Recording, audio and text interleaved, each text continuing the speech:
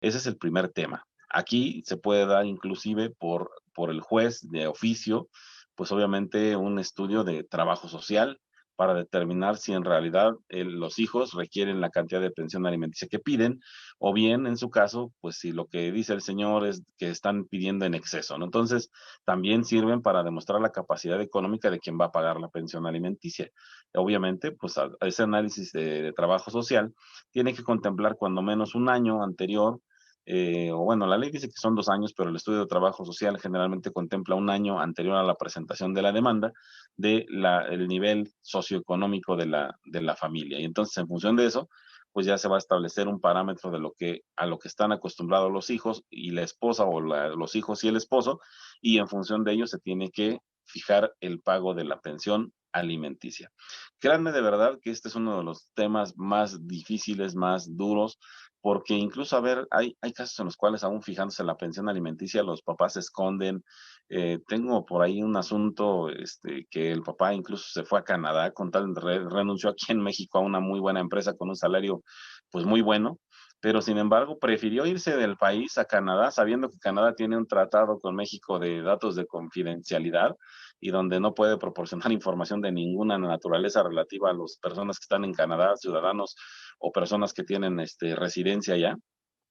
Y este señor buscó la residencia y hasta el día de hoy pues ha sido complejo tratar de agarrarlo, porque pues Canadá no es un país que dé esa información, pero sin embargo, pues obvio, aquí se le sigue juntando su dinero y algún día tendrá que pagar, ¿no? Entonces imagínense, llegamos a ese extremo, el papá que dice yo quiero pagar por estar con mis hijos, ¿no? Y entonces no, la mamá pues no le deja, o el papá no lo deja, ¿no? Y tenemos el caso de que los otros, aunque esté fijada la pensión, pues renuncian a los empleos, se desaparecen y obviamente casi se hacen estar en un estado de insolvencia para dejar de cubrir la pensión alimenticia. Desde luego que hay muchos mecanismos que se pueden utilizar para investigar si una persona está ocultando esos bienes. Uno, por ejemplo, es solicitar informes a la Comisión Nacional Bancaria y de Valores para saber si hay cuentas bancarias a nombre de esta persona y obviamente pedir esos ingresos, cuentas bancarias de ahorro, de depósito, créditos personales, tarjetas de crédito, en fin, cuestiones que nos ayuden a determinar las posibilidades reales y económicas de una persona. También tenemos la posibilidad de solicitar al Servicio de Administración Tributaria para todas aquellas personas que están dados de alta, pues obviamente que nos manden las declaraciones anuales o los pagos provisionales de una persona para saber si efectivamente, pues cuáles son los ingresos y los que han reportado al Servicio de Administración Tributaria, y en función de eso, pues también tratar de determinar pues el tema del monto de la pensión alimenticia, ¿no? Claro que solamente el Servicio de Administración Tributaria brinda esta información en dos casos, ¿no? La materia penal y número dos, la materia de alimentos. Por eso los oficios, cuando se giran al SAT para pedirle esta información, tienen que poner expresamente el asunto que se trata del pago de una pensión alimenticia. En la experiencia que tengo, cuando se dice es que es un juicio de divorcio, dicen no, un divorcio no, solamente pensión alimenticia. Y entonces hay que volver a hacer el oficio y pedirlo nuevamente para que sea a través de un concepto que es pensión alimenticia, porque el SAT obviamente pues también tiene secrecía respecto de la información fiscal de las personas. Entonces este segundo tema, que es el tema de la pensión, pues también lo podemos investigar la capacidad económica a través de los informes del SAT.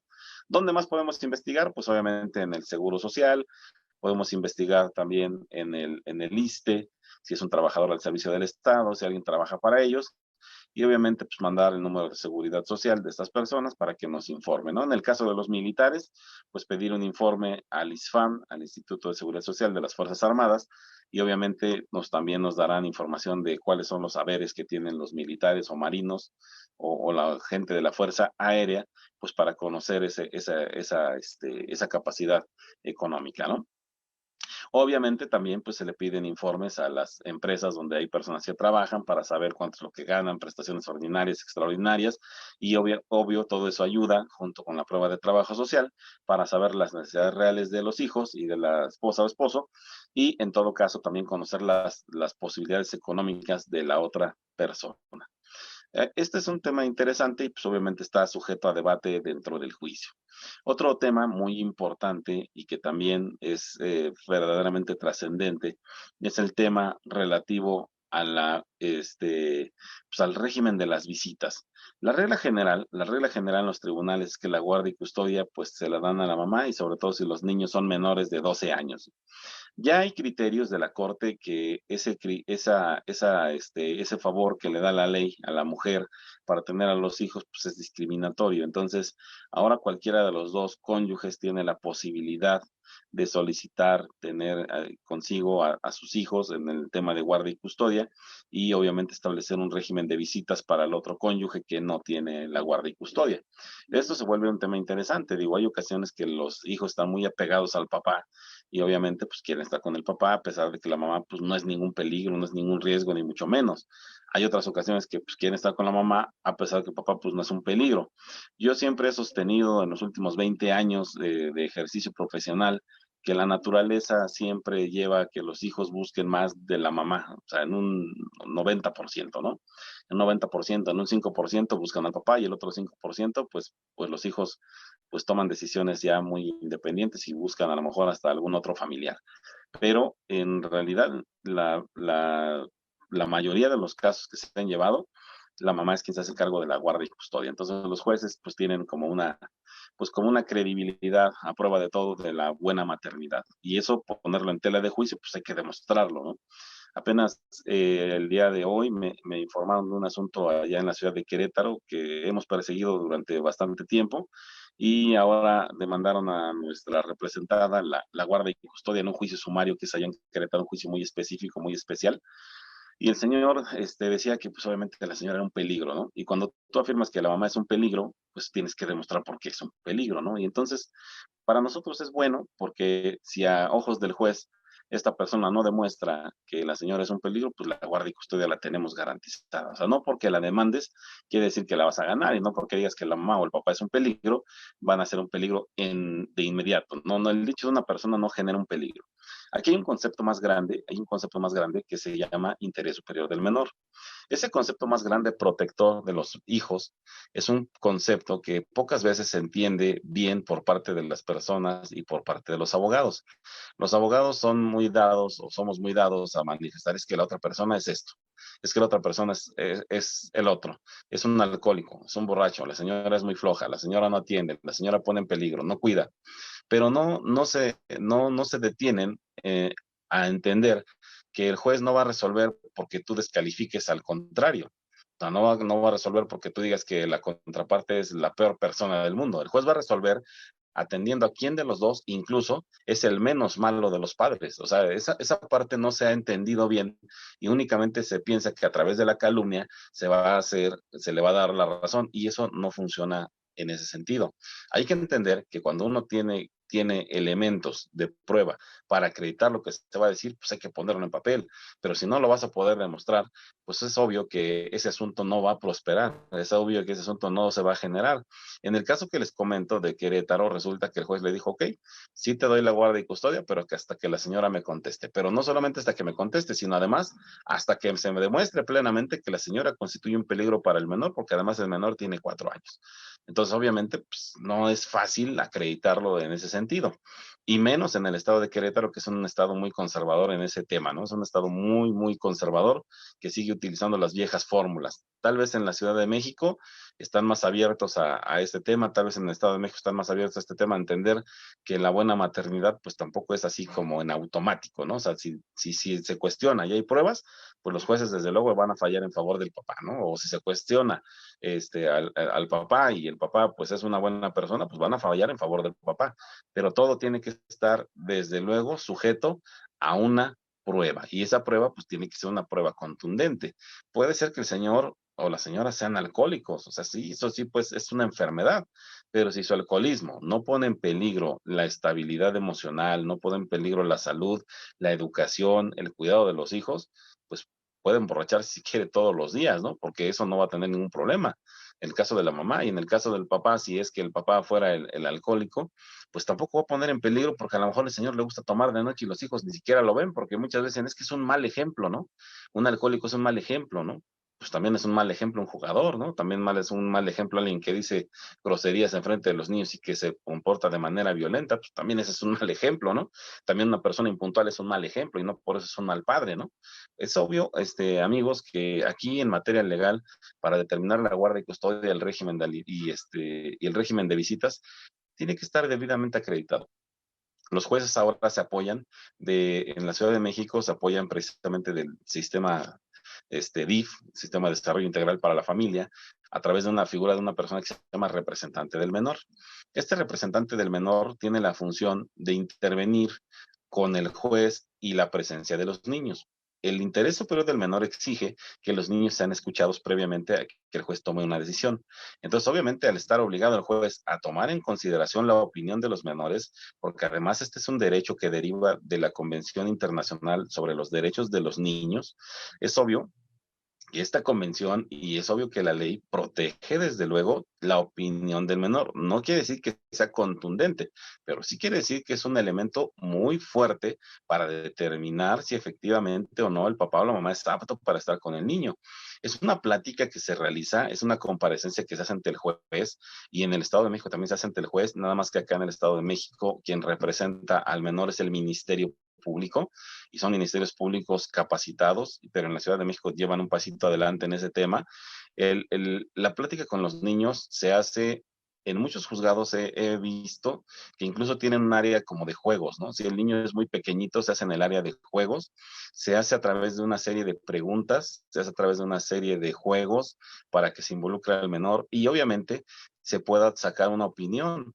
Ejemplo, he escuchado muchas veces que le preguntan al niño, ¿cómo te llamas? Fulano de tal. Oye, ¿cuántos años tienes? Tal. ¿Con quién vives? Con su mamá, con su papá. Oye, a qué hora desayunas? ¿A qué hora comes? ¿A qué hora cenas?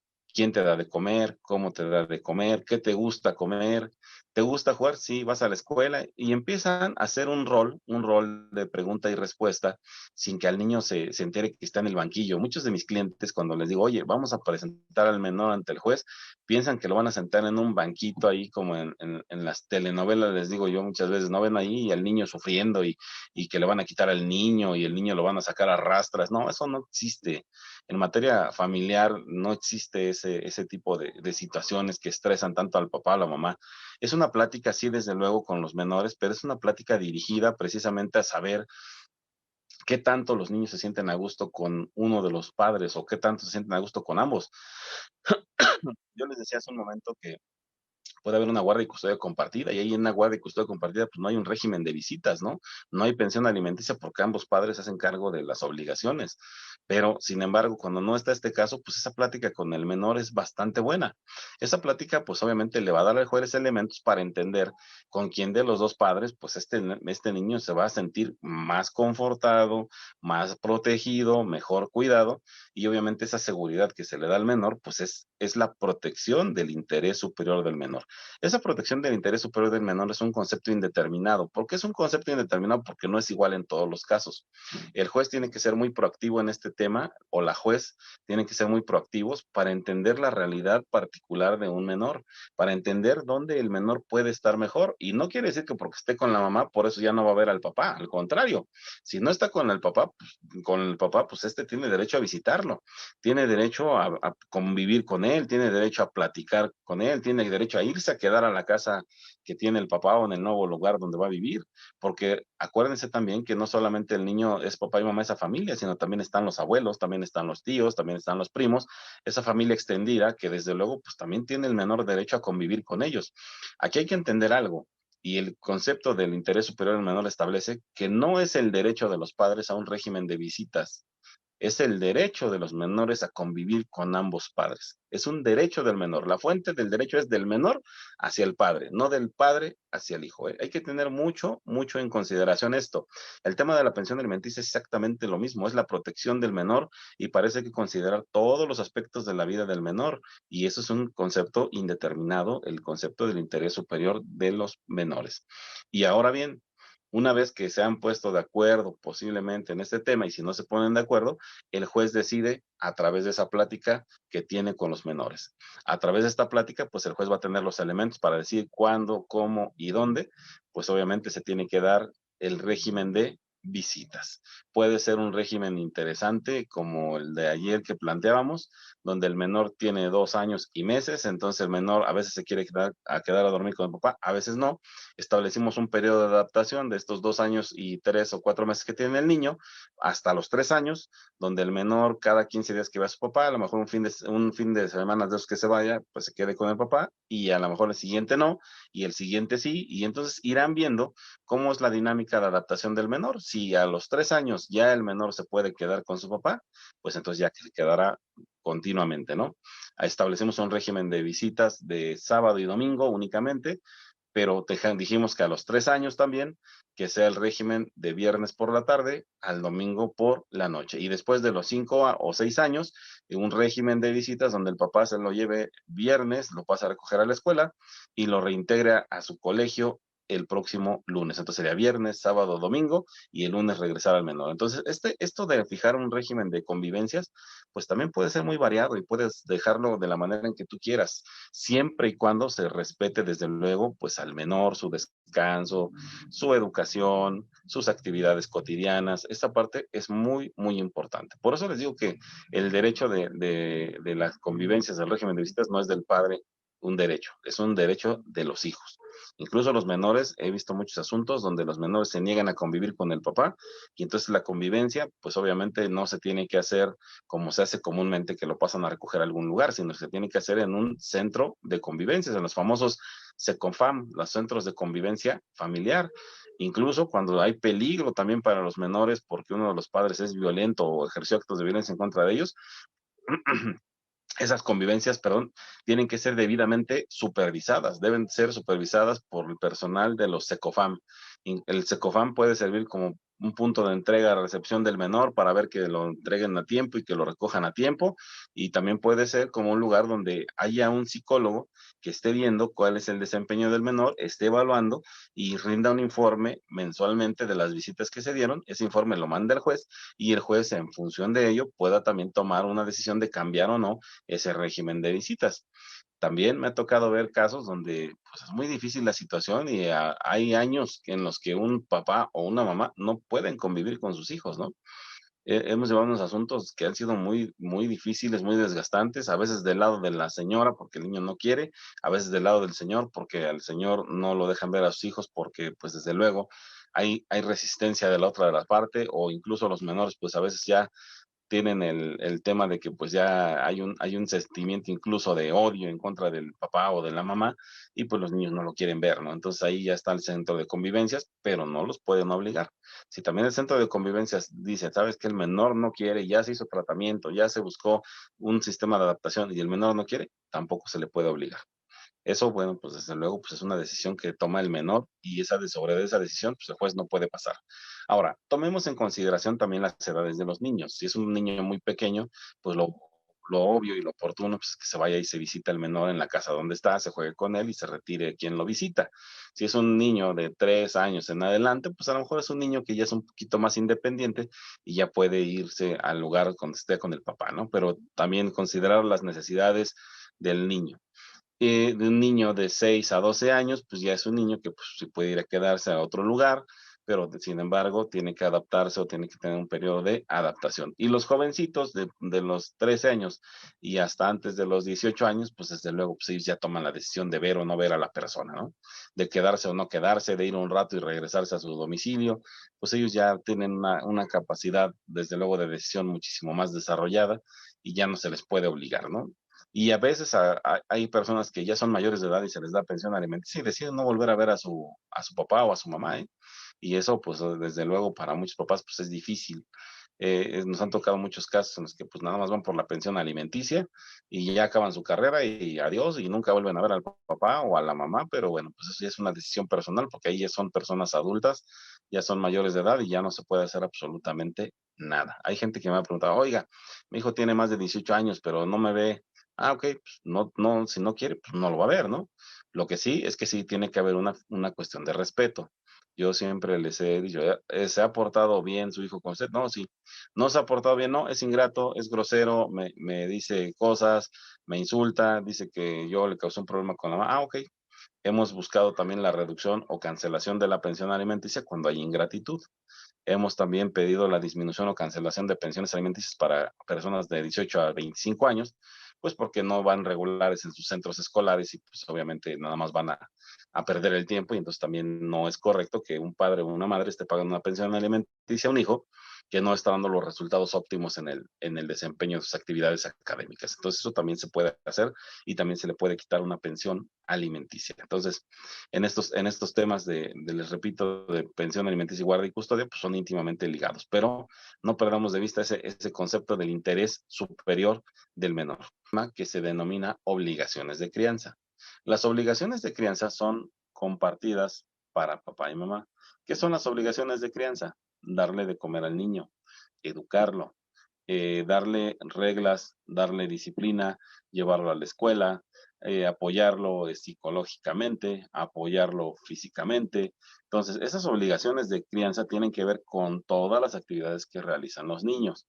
Esas obligaciones de crianza no se pierden. Si la mamá es la que tiene la guardia y custodia, pues bueno, pesa sobre de ella también una cuestión muy importante, el cuidado del menor. A veces los clientes, las personas, cuando vienen a preguntar, oiga, yo teniendo la guardia y custodia, ¿puedo hacer lo que yo quiera? No, no se puede hacer lo que yo quiera cuando tengo la guardia y custodia. ¿Por qué no?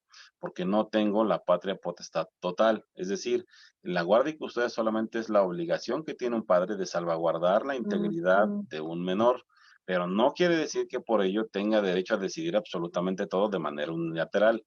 Tiene el deber y obligación de consultarlo con el otro cónyuge, con el otro padre. Entonces, esa forma de pensar que a veces dice, "Ay, es que yo lo voy a criar porque ya tengo el no, ojo, hay incluso en el Código Penal de la Ciudad de México y del Estado de México, así como hay un delito por ponerse en estado de insolvencia y dejar de cumplir con obligaciones de pago de pensión alimenticia, que es un delito de insubsistencia, también hay un delito de incumplimiento del régimen de la guardia y custodia.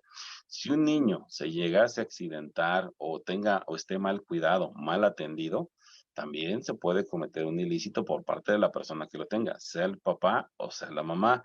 No solamente eso, también se puede exigir la rendición de cuentas en el pago de la pensión alimenticia, porque resulta que nos ha tocado algunos asuntos donde la mamá trae unas bolsas verdaderamente caras, trae zapatos muy buenos, ya cambió de coche, le gusta mucho el salón de belleza, pero todo a costa del pago de la pensión. Hay, desde luego, criterios ya establecidos para poder exigir la rendición de cuentas en estos temas. Y si llegase a acreditarse que no se está empleando esa pensión alimenticia para el cuidado de los hijos, también se puede, desde luego, cambiar la guarda y custodia. O sea, por eso les digo que no es nada que la mujer o el hombre tengan una preferencia y que la decisión que tome el juez sea absoluta. No. En un juicio puede cambiar 2 o 3 veces la guarda y custodia, puede cambiar 2 o 3 veces el régimen de visitas, de acuerdo a las necesidades reales de los menores. Claro, hoy en día, por ejemplo, un juicio para resolverse en estos temas, pues dura aproximadamente un año.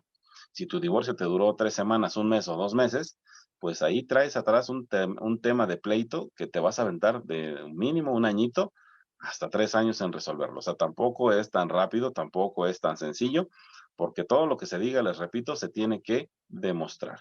Y para eso hay que ofrecer pruebas, pruebas testimoniales, pruebas periciales médicas, pruebas periciales en materia de trabajo social, pruebas periciales en materia de psicología que nos van a ayudar a comprender mejor quién de los dos padres tiene derecho a tener la guardia y custodia y quién de los otros el régimen de visitas y en qué forma se puede dar.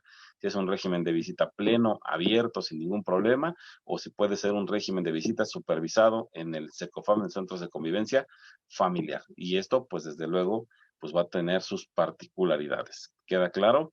Creo que en este sentido hemos avanzado muchísimo.